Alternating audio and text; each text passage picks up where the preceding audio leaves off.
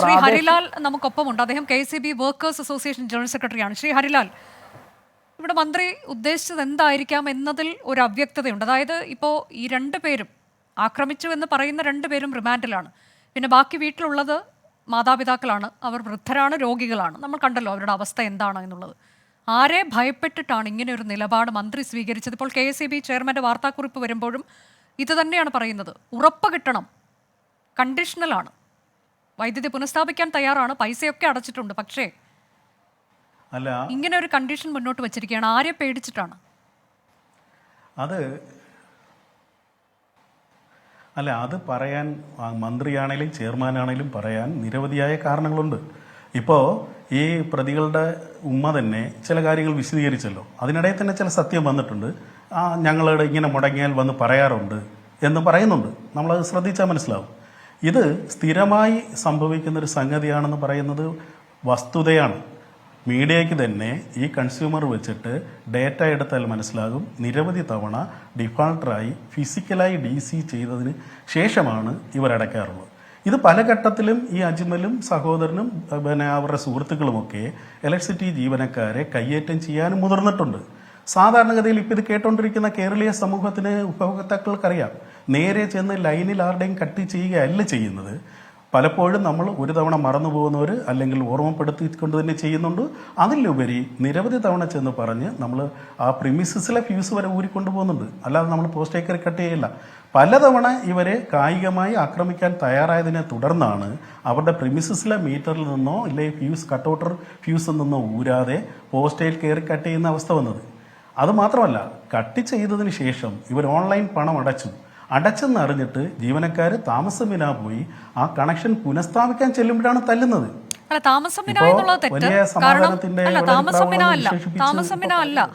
ഹരിലാൽ, കാരണം വ്യാഴാഴ്ചയാണ് ഓൺലൈൻ വഴി പൈസ അടയ്ക്കുന്ന. വ്യാഴാഴ്ച വിച്ഛേദിക്കുന്നു, അപ്പോൾ തന്നെ പൈസ അടയ്ക്കുന്നു. വെള്ളിയാഴ്ചയാണ് ഇത് പുനഃസ്ഥാപിക്കാൻ ചെല്ലുന്നത്. അപ്പൊ ഇവരെ സംബന്ധിച്ച് ഇവരുടെ ഒരു പ്രശ്നം, ഈ ഫ്രിഡ്ജിലൊക്കെ മരുന്ന് സൂക്ഷിക്കുന്നതാണ്. ഈ മരുന്ന് കഴിച്ച് ജീവിക്കുന്നവരാണ്, ഗുരുതരമായ രോഗമുള്ളവരാണ്, പക്ഷാഘാതവും ഹൃദയാഘാതവും ഒക്കെ വന്ന ആളുകളാണ്. അപ്പൊ അല്ല, താങ്കളൊന്ന് കേൾക്കൂ.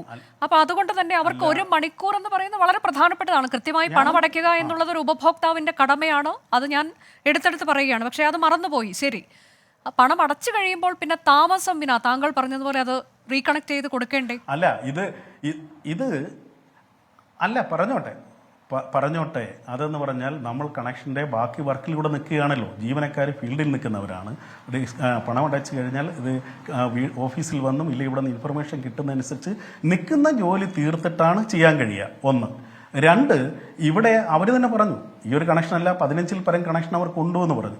അപ്പോൾ മരുന്ന് സൂക്ഷിക്കുന്നതെന്ന് ഞാൻ ഇവിടെ വാദത്തിന് അതിന് കൗണ്ടർ ചെയ്യുന്നില്ല. പക്ഷേ വസ്തുത എന്താണെന്ന് കേട്ടോണ്ടിരിക്കുന്ന ജനങ്ങൾക്ക് മനസ്സിലാകും. അവർക്ക് 1-ലൊന്നല്ല 15-ലധികം കണക്ഷനുള്ളവരാണ്. 2, അവിടെ പെട്ടെന്ന് ഒരൊറ്റയ്ക്കൊരു ലൈൻമാൻ പോയി ആ വീട്ടിൽ പോയി ചെയ്യില്ല.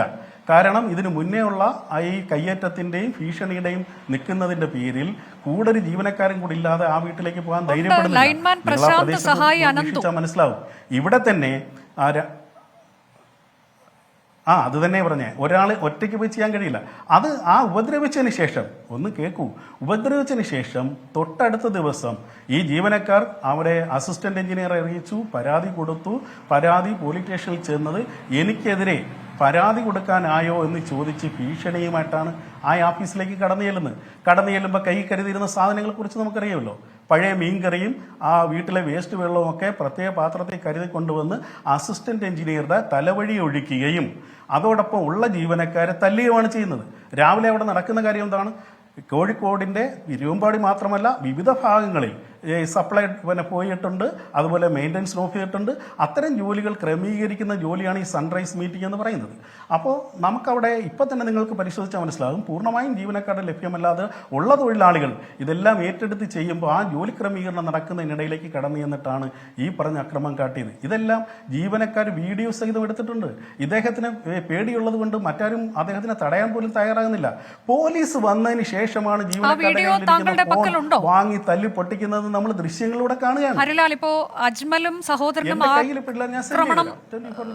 ചെയ്തു, അതായത് അക്രമം നടത്തുന്ന വീഡിയോ ഉണ്ടോ താങ്കളുടെ പക്കൽ? താങ്കൾ അത് കണ്ടിട്ടുണ്ടോ? അതെ, ഉണ്ട്, കണ്ടു, ദൃശ്യങ്ങൾ അടക്കമുണ്ട്. അപ്പൊ ഫോൺ തല്ലിപ്പൊട്ടിക്കുന്ന പോലീസിന്റെ സാന്നിധ്യത്തിലാണ്, ഞാൻ ഉത്തരവാദിത്തമായിട്ടാണല്ലോ പറയുന്നത്. അതെ, പോലീസിന്റെ സാന്നിധ്യത്തിലാണ് ഈ ഫോൺ തല്ലിപ്പൊട്ടിക്കുന്നതും തുടർന്നുണ്ടായിരുന്ന ഭീഷണിയും എല്ലാം നടക്കുന്നത് പോലീസ് വന്നതിന് ശേഷം സംഭവിക്കുകയാണ്. അതാണ് നിൽക്കുന്ന വസ്തുത. ഇനി രണ്ടെന്താണ്, ഇവരുടെ കണക്ഷൻ പിന്നെ കട്ട് ചെയ്യുന്ന സാഹചര്യം നമ്മളീ പറയുന്ന കൂട്ടല്ല. കാരണം ഈ ദൃശ്യങ്ങൾ കണ്ട കോഴിക്കോട് ജില്ലയിലെ വിവിധ സെക്ഷൻ ഓഫീസിലെ തൊഴിലാളികൾ ഇതിനെതിരെ ഒരു നിലപാടെടുത്തേ മതിയാകൂ. ബോർഡും വൈദ്യുതി മന്ത്രിയും അത് പോലീസും ശക്തമായ നടപടിയെടുത്തേ മതിയാകൂ എന്ന നിലയിൽ ഒരു ട്രേഡ് യൂണിയന്റെയും ആഹ്വാനമില്ലാതെ വിവിധ ഓഫീസുകളിൽ തൊഴിൽ നിർത്തിവെക്കുന്ന സാഹചര്യമാണ് ഉണ്ടായത്. അപ്പോൾ നമുക്കറിയാം, ഒരു ഫീഡർ ഓഫായി കിടക്കുക, പുനഃസ്ഥാപിക്കണം എന്ന് പറഞ്ഞാൽ ആയിരക്കണക്കിന് കൺസ്യൂമറിനാണ് കറണ്ട് പോകുന്നത്. അവിടെ പിന്നെ ബോർഡ് ചെയർമാൻ എടുക്കുന്ന ഒരു സമീപനം വളരെ ഗൗരവമായി അദ്ദേഹം ആ സമയത്ത് ഈ പ്രശ്നത്തെ ടാക്കിൾ ചെയ്ത് പോകാൻ വേണ്ടി വളരെ ഉത്തരവാദിത്തത്തോടെ എടുത്ത സമീപനമാണ്. തൽക്കാലം ഈ അക്രമകാരികളുടെ വീട്ടിലേക്കുള്ള കണക്ഷൻ ഡിസ്കണക്ട് ചെയ്യുക, നിങ്ങൾ മിന്നൽ പണിമുടക്കിലേക്കോ മറ്റ് ജനങ്ങൾക്ക് കറണ്ട് നിഷേധിക്കുന്ന സമീപനത്തിലേക്ക് പോകാതെ നിങ്ങളെല്ലാവരും ജോലിയിൽ കയറണം എന്ന് അദ്ദേഹം പറയുകയും അതിൻ്റെ അടിസ്ഥാനത്തിൽ ആ പറഞ്ഞ പ്രിമിസസിലെ കണക്ഷൻ ഡിസ്കണക്ട് ചെയ്യുന്നതിൻ്റെ ഭാഗമായി തൊഴിലാളികൾ ആ ഒരു നടപടി, ഒരു ചെറിയ നടപടി വന്നല്ലോ എന്ന നിലയിലാണ് കയറുന്നത്. ഞങ്ങളും മനുഷ്യരാണല്ലോ. ഈ മേഖലയിൽ നിങ്ങൾ കാണേണ്ടത് നമ്മൾ മറ്റ് തൊഴിൽ മേഖല പോലെ അല്ല. KSEBിയുടെ പ്രത്യേകത എന്താണ്? സമയം നോക്കാതെ ജോലി ചെയ്യുന്നവരാണ്. 8 മണി മുതൽ 5 മണി വരെ ജോലി ചെയ്തിട്ട് വീട്ടിൽ പോകാൻ നിയമം അനുവദിക്കുമ്പോൾ നിങ്ങൾക്കറിയുന്ന പോലെ മൺസൂൺ ടൈം അടക്കമുള്ള ഈ സമയത്ത് 5 കഴിഞ്ഞ് 10ഉം 11 മണിക്കും ഞങ്ങൾ ജോലി ചെയ്യുകയാണ്. അത് കഴിഞ്ഞ് പലപ്പോഴും രാത്രി ഓഫീസുകളിൽ തങ്ങി നേരം വെളുത്തിട്ട് അവിടെ തന്നെ ഫ്രഷായി ജോലി പോകുന്നവരാണ്. കാരണം ഈ ജനത്തിന് വൈദ്യുതി നമുക്ക് നിലനിർത്തേണ്ട, നേരത്തെ പറഞ്ഞതുപോലെ ജീവന്റെ തന്നെ അത്യന്താപേക്ഷിതമായ ഘടകമായി വൈദ്യുതി മാറി എന്ന് തിരിച്ചറിയുന്ന കേരളത്തിലെ വൈദ്യുതി തൊഴിലാളികൾ ജനങ്ങൾക്ക് വേണ്ടി കൂടെ എടുക്കുന്നൊരു സേവനമാണ്. നമ്മുടെ ഉപഭോക്താക്കളെല്ലാം കടുത്ത മഴയിലൊക്കെ വീട്ടിലിരിക്കുമ്പോൾ ഞങ്ങൾ അവർക്ക് വേണ്ടി ജനങ്ങളുടെ ഇടയിൽ അതെല്ലാം ആ പ്രകൃതിയുടെ ദുരന്തങ്ങളെല്ലാം ഏറ്റുവാങ്ങി പോകുന്നവരാണ്. മറ്റൊരു കാര്യം തർക്കമില്ല. ഞാൻ ഒരു കാര്യം ഒന്ന് ചോദിച്ചു കൊള്ളട്ടെ ഹരിലാൽ. ഒരു മിനിറ്റ് ഒന്ന് പറഞ്ഞോട്ടെ. അതായത് എന്റെ സംശയം ഇതാണ്, ഇപ്പോൾ താങ്കൾ പറഞ്ഞല്ലോ അക്രമകാരികളുടെ വീട്ടിലെ കണക്ഷൻ മാത്രം വിച്ഛേദിക്കാൻ ഒരു തീരുമാനത്തിലേക്ക് അത് KSEB എത്തിച്ചേരുകയാണ്, ചെയർമാൻ അങ്ങനെ ഒരു തീരുമാനത്തിലേക്ക് എത്തിച്ചേരുന്നു എന്ന് പറയുമ്പോൾ ഈ അക്രമകാരികൾ അക്രമം നടത്തിയത് തെളിവുകളുണ്ട് എന്നാണ് താങ്കൾ പറയുന്നത്, നമ്മൾ കണ്ടിട്ടില്ല. ശരി, തെളിവുകൾ ഉണ്ടെങ്കിൽ അവർ അക്രമകാരികൾ 2 പേരാണ്, അവർ ജയിലിലാണുള്ളത്. പക്ഷേ അതിന് ഈ വൈദ്യുതി വിച്ഛേദിക്കുക എന്ന്, ഇപ്പോൾ KSEB ചെയർമാൻ ആണെങ്കിൽ പോലും അങ്ങനെ ഒരു തീരുമാനം എടുക്കാൻ അത് എന്ത് നിയമത്തിന്റെ അടിസ്ഥാനത്തിലാണ് അങ്ങനെ ഒരു തീരുമാനം എടുക്കാൻ സാധിക്കുമോ? അവിടെ ഇപ്പോൾ കുടിശ്ശികയുണ്ടെങ്കിൽ ശരി, നിങ്ങൾ കണക്ഷൻ വിച്ഛേദിച്ചിട്ടിരിക്കുന്നു എന്ന് പറയാം. പക്ഷേ അക്രമം നടത്തിയതിന്റെ പേരിൽ വൈദ്യുതി വിച്ഛേദിക്കുന്നത് കൃത്യമായ നിയമലംഘനമല്ലേ, മനുഷ്യാവകാശ ലംഘനമല്ലേ? പ്രത്യേകിച്ച് ഇവരുടെ ഒരു സാഹചര്യം കൂടി നോക്കൂ. ഒന്ന് പറഞ്ഞോട്ടെ, അതായത് ഈ വാദത്തിന് വേണ്ടി മാത്രമല്ല കാര്യങ്ങളെ കാണേണ്ടത്, വസ്തുതയും അതിൻ്റെ സാഹചര്യം കൂടെ വിലയിരുത്തണമെന്നാണ് എൻ്റെ ഒരു അപേക്ഷ. കാരണം എന്താണെന്ന് വെച്ചാൽ ഈ സംഭവം ഉണ്ടായപ്പോൾ ഇദ്ദേഹം ഇങ്ങനെ വെല്ലുവിളിക്കുന്ന ആളാണ്. കണക്ഷൻ പിറ്റേഴ്സ് നമ്മൾ കൊടുത്തു കഴിഞ്ഞിട്ട് ഉടനെ പോയി കണക്ഷൻ കട്ട് ചെയ്യുകയായിരുന്നില്ല ചെയ്തത്. അത് മനസ്സിലാക്കുക. പിറ്റേ ദിവസം ഓഫീസ് ആക്രമിക്കുകയും വീണ്ടും നമ്മൾ ബോംബെയിലൊക്കെയാണ് അധോലോകത്തിൻ്റെ കാര്യങ്ങളൊക്കെ കേട്ടുള്ളത്. എനിക്കെതിരെ പരാതി കൊടുത്തു കഴിഞ്ഞാൽ നീ ആരെന്ന് പറയും കൊല്ലാൻ വരുന്നൊരു ശൈലിയിലേക്ക് വന്നിട്ട് ആ ഒരു പരാതി പോലീസ് സ്റ്റേഷനിൽ കൊടുത്തു. ജനാധിപത്യപരമായി നമുക്ക് കിട്ടുന്ന അവകാശം ഉപയോഗിച്ചൊരു പരാതി കൊടുത്താൽ പിറ്റേ ദിവസം ഓഫീസിലേക്ക് വന്നിട്ട് അവരെ കയ്യേറ്റം ചെയ്യുകയും ഈ രൂപത്തിൽ മലിനജലമൊക്കെ ഒഴിച്ച് ആ മനുഷ്യനല്ലാത്ത രൂപത്തിൽ അവരോട് പെരുമാറുമ്പോൾ ആ പെരുമാറുന്നത് കണ്ടിട്ട് ആരുടെയും ആഹ്വാനമില്ലാതെ കോഴിക്കോട് ജില്ലയിലെയും സംസ്ഥാനത്തെ വിവിധ ഭാഗങ്ങളിലും തൊഴിലെടുത്തുകൊണ്ടിരുന്ന തൊഴിലാളികൾ ഇത് കാണുന്നവർ ഇതിന് നടപടിയെടുത്തിട്ട് ഞങ്ങൾ ഇനി തൊഴിൽ ചെയ്യൂ എന്നൊരു സമീപനം എടുക്കുമ്പോൾ ഈ സ്ഥാപനത്തിൻ്റെ ഉത്തരവാദിത്തപ്പെട്ട മന്ത്രിക്കോ ചെയർമാനോ കേരളത്തിനോട് ജനങ്ങളോട് ഉത്തരവാദിത്തമില്ലേ? അവരെല്ലാം പണിമുടക്കിക്കോട്ടെ എന്നൊരു സമീപനമാണ് നിയമപരമായ രീതിയിലേക്ക് പോകാതെ ഈ വൈദ്യുതി കണക്ഷൻ ഡിസ്കണക്ട് ചെയ്യുന്നതാണോ അതിനുള്ള നടപടി എന്നതാണ് ഞാൻ ചോദിക്കുന്നത്. അതിന് താങ്കൾ മറുപടി പറയാത്തത് എന്താണ്? ഇപ്പൊ പോലീസ് സംവിധാനമൊക്കെ ഉണ്ട്, നിങ്ങൾക്ക് നിങ്ങളുടെ ഇവിടുത്തെ ഈ സർക്കാരിന്റെ പോലീസ് സംവിധാനത്തിൽ വിശ്വാസമില്ല എന്നാണോ? ആദ്യം ഒരു പരാതി കൊടുത്തു, ഞാൻ പറയുന്ന ഒന്ന് കേൾക്കൂ. ആദ്യം പരാതി കൊടുത്തിട്ടുണ്ട് നിങ്ങൾ. ഇപ്പോ ഇതിൽ ആദ്യം ഒരു മർദ്ദനം ഉണ്ടായിട്ടുണ്ട് തുടക്കത്തിൽ എന്നുള്ളത് പറഞ്ഞു, അതിൽ പോലീസിൽ നിങ്ങൾ പരാതിപ്പെട്ടു, അതിനുശേഷമാണ് വന്ന് അതിക്രമം കാണിക്കുന്നതെന്ന് പറയുമ്പോഴും അവിടെയും നിയമപരമായ വഴികളിലേക്ക് നീങ്ങാമല്ലോ. അതിന് വൈദ്യുതി വിച്ഛേദിക്കുന്നത് എന്തടിസ്ഥാനത്തിലാണ് എന്നതാണ് എൻ്റെ ചോദ്യം. വളരെ സിമ്പിളായൊരു ചോദ്യമാണത്. അല്ല, ഞാൻ ചോദിക്കട്ടെ, ഒരു തൊഴിൽ സമൂഹത്തിൽ ഒരു തവണയല്ല 2ാം തവണയും ആക്രമിക്കുമ്പോൾ തൊഴിലാളികളുടെ സ്വാഭാവിക പ്രതികരണം വരില്ലേ? ഇപ്പോൾ കോഴിക്കോട് കോർപ്പറേഷൻ മേഖലയിലടക്കം ഞാൻ കൃത്യമായി അന്വേഷിച്ചിട്ടാണ് പറയുന്നത്. കോഴിക്കോട് കോർപ്പറേഷൻ മേഖലയിലടക്കം 11 kV ലൈൻ അടക്കം മെയിൻ്റനൻസ് നടന്നുകൊണ്ടിരുന്ന ഓഫ് ചെയ്ത മെയിൻ്റനൻസ് നടക്കുന്ന ലൈൻ ഞങ്ങൾ ഇതിൽ നിലപാടെടുക്കാതെ, ബോർഡ് നിലപാടെടുക്കാതെ ഞങ്ങളിത് തുടർന്ന് ജോലി ചെയ്യില്ല എന്ന് പറയുമ്പോൾ ഒരു കണക്ഷൻ്റെ നോക്കി ഒരു കണക്ഷൻ നമ്മൾ തൽക്കാലം വിച്ഛേദിച്ചുകൊണ്ടാണ് ഈ പ്രശ്നം പരിഹരിക്കലാണോ അതോ 10,000-കണക്കിന് പേർക്ക് വൈദ്യുതി നിഷേധിക്കലാണോ വേണ്ടത്? താങ്കളൊന്ന് പറയും. അല്ല, ആർക്കും വൈദ്യുതി നിഷേധിക്കുക എന്നുള്ളതല്ലല്ലോ ഇതിന് പരിഹാരം. ഞാൻ അതല്ലേ പറഞ്ഞു വരുന്നത്. അതായത് ബില്ല് അടച്ചിട്ടുണ്ട്, നിലവിൽ കുടിശ്ശികയില്ല, അപ്പോൾ വൈദ്യുതി നിഷേധിക്കാൻ കഴിയില്ലല്ലോ KECBക്ക്. പിന്നെ അതിക്രമം കാട്ടുന്നതിന് നമ്മൾ ഒരിക്കലും ഒരു കാരണവശാലും ന്യായീകരിക്കില്ല. പ്രത്യേകിച്ച് ജോലി ചെയ്തുകൊണ്ടിരിക്കുന്ന ഉദ്യോഗസ്ഥരെ ആക്രമിക്കുക, അവിടെ ഓഫീസ് അടിച്ചു തകർക്കുക, ഇതൊന്നും നമുക്ക് ന്യായീകരിക്കാൻ കഴിയുന്ന കാര്യമല്ല. അത് ആര് ചെയ്താലും അവർക്കെതിരെ നിയമപരമായി നീങ്ങൂ. അതിന് പകരം ഇതെന്താണ് ചെയ്തിരിക്കുന്നത്? വൃദ്ധരായ മാതാപിതാക്കൾ മാത്രമാണ് നിലവിൽ വീട്ടിലുള്ളത്. നിങ്ങൾ ആരോടാണ് ഈ പ്രതികാര നടപടി എടുത്തിട്ടുള്ളത്? താങ്കളൊന്ന് കേൾക്കൂ. ഒരു പോലീസ് കേസ് കൊണ്ടോ ഒന്നുമല്ലല്ലോ, എത്രയോ തവണ. കഴിഞ്ഞ മാസമാണ് പത്തനംതിട്ട ഒരു സെക്ഷൻ ഓഫീസിലേക്ക് കടന്നു ചെന്നിട്ട് ഒരു ജീവനക്കാരൻ്റെ ഫോൺ ഡ്യൂട്ടിയിൽ നിന്ന് ജീവനക്കാരൻ്റെ ചെവിക്കല്ല് തീർത്തടിക്കുന്ന ദൃശ്യം മീഡിയയിലും വന്നതാണല്ലോ. അതോടൊപ്പം തന്നെ ആലപ്പുഴയിൽ നിരവധി സ്ഥലത്ത് ഈ കഴിഞ്ഞ മാസം തന്നെ, അതുപോലെ പിന്നെ മലപ്പുറത്ത്, ഇതെല്ലാം കാണുകയാണ്. ഞാൻ ഡേറ്റ നിങ്ങൾക്ക് അയച്ചു തരാം. ഒരു കേസിൽ മാത്രം കൊണ്ട് ഞങ്ങൾക്കും ഇപ്പോൾ നമ്മൾ ഹോസ്പിറ്റലിലൊക്കെ ഒരു ഡോക്ടറെ കയ്യേറ്റം ചെയ്താൽ ഉണ്ടാകുന്ന സ്ഥിതിയിൽ ഓപ്പറേഷൻ അടക്കം നിർത്തിവെച്ചുകൊണ്ട് അവർ പോകുന്നതാ. അവർ ഈ ജനത്തിന് വേണ്ടി ജീവൻ നിലനിർത്താൻ വേണ്ടി ജോലി ചെയ്യുമ്പോൾ അവരിങ്ങനെ കായികമായി ആക്രമിക്കലാണോ പരിഹാരം? ഞങ്ങൾ മനുഷ്യരല്ലേ, ഈ സമൂഹത്തിന്റെ ഭാഗമല്ലേ ഇലക്ട്രിസിറ്റി തൊഴിലാളികൾ.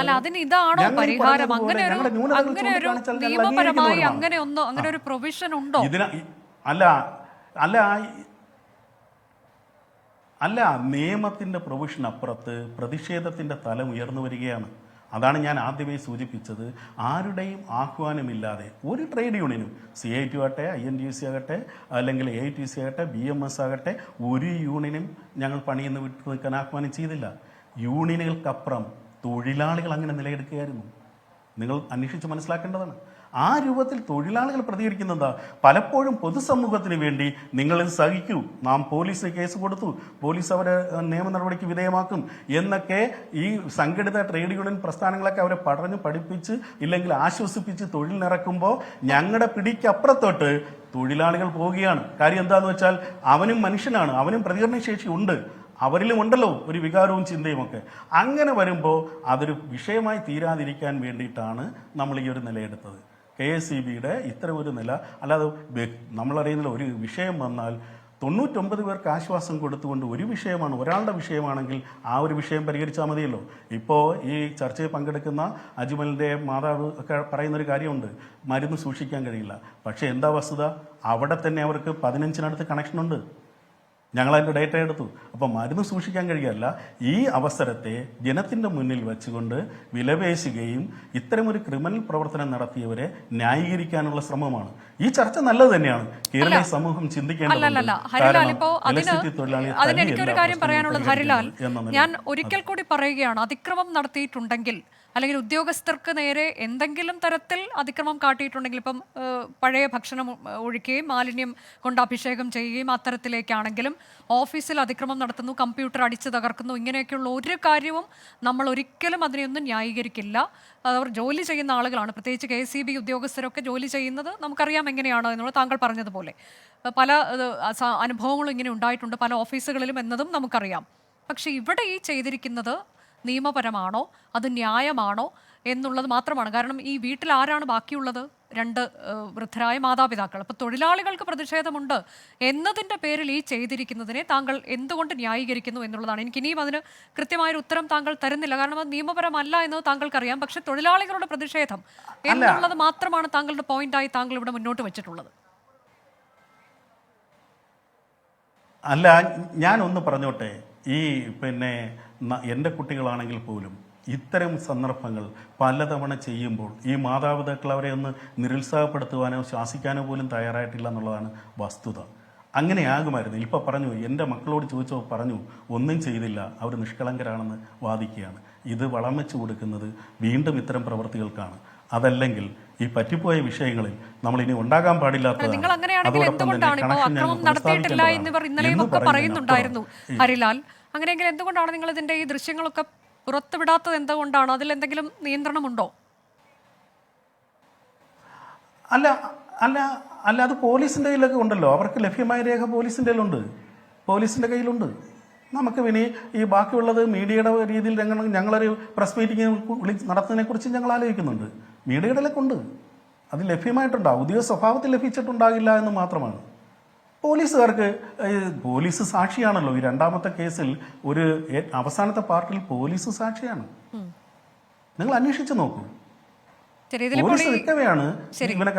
ഇതിലിപ്പോൾ അജ്മലിന്റെ ഒരു ശബ്ദ സന്ദേശം കഴിഞ്ഞ ദിവസം എപ്പോഴോ പുറത്തു വന്നതായി ഞാനൊരു മാധ്യമത്തിൽ വായിച്ചത്. അതിന്റെ ആധികാരികത എനിക്കറിയില്ല. അതിൽ അജ്മൽ പറയുന്നത് ഇപ്പോൾ പഴകിയ ഭക്ഷണം ഞാൻ അവിടെ കൊണ്ടൊഴിച്ചു എന്നുള്ളത് ശരിയാണ്. അതിനപ്പുറത്തേക്ക് ഞാൻ അതിക്രമമൊന്നും കാട്ടിയിട്ടില്ല, ഓഫീസ് അടിച്ചു തകർത്തിട്ടില്ല, കമ്പ്യൂട്ടർ ഒന്നും നശിപ്പിച്ചിട്ടില്ല, അതെല്ലാം ചെയ്തത് അവർ തന്നെയാണ് എന്ന് അദ്ദേഹം പറയുന്ന ഒരു ശബ്ദരേഖ ഉണ്ടോ എന്ന് പറയുന്നു. എനിക്ക് അതിന്റെ ആധികാരികത അറിയില്ല, നമ്മളുടെ വാർത്തയും അല്ല, ഞാൻ മറ്റൊരു മാധ്യമത്തിൽ കണ്ടതാണ്.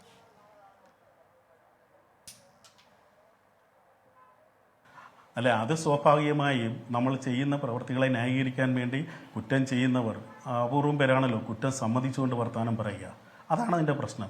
അത് അന്വേഷണത്തിൽ നമുക്ക് ബോധ്യപ്പെടുന്നതുമാണ്. കാര്യം KSEBയിൽ ഇപ്പോൾ ആക്രമണ സംഭവം ആദ്യത്തേതല്ല. അത്തരം കേസുകളിൽ ഇങ്ങനെ ഞങ്ങൾ തൊഴിലാളികൾ അങ്ങനെ ചെയ്യാറുമില്ല. കാര്യം ഞങ്ങൾ ഇതിനൊക്കെ എതിരാണ്, ഇത്തരം ആക്രമണങ്ങൾക്കെതിരാണ്. മാത്രമല്ല, ഈ വൈദ്യുതി കൊടുക്കുന്നതിനിടയിൽ ഈ സംസ്ഥാനത്ത് ഏറ്റവും കൂടുതൽ ജോലിക്കിടയിൽ പിടഞ്ഞു വീണ് ഷോക്കേറ്റ് മരിക്കുന്ന ഒരു തൊഴിൽ വിഭാഗമാണ് ഞങ്ങൾക്ക് ഈ പൊതുസമൂഹത്തോട് പറയാനുള്ളത്. നിങ്ങൾക്ക് നിയമപരമായ ഏത് കാര്യവും ഏത് തൊഴിലാളിക്കെതിരെയും പരാതിപ്പെടുവാൻ ഈ മന്ത്രിമാരടക്കം ചെയർമാൻ അടക്കമുണ്ട്. നിങ്ങൾ ഇങ്ങനെയല്ല പെരുമാറേണ്ടതെന്ന് പൊതുസമൂഹം ചിന്തിക്കുകയും അത് ചർച്ച ചെയ്യുകയും ഇത്തരം ആളുകളെ ഒറ്റപ്പെടുത്തുകയും ഇത് കേവലമായ മുതലെടുപ്പിന് വേണ്ടി ഉപയോഗിക്കുകയും ചെയ്യരുതെന്ന് മാത്രമാണ് ഞങ്ങൾക്കൊരു അപേക്ഷ.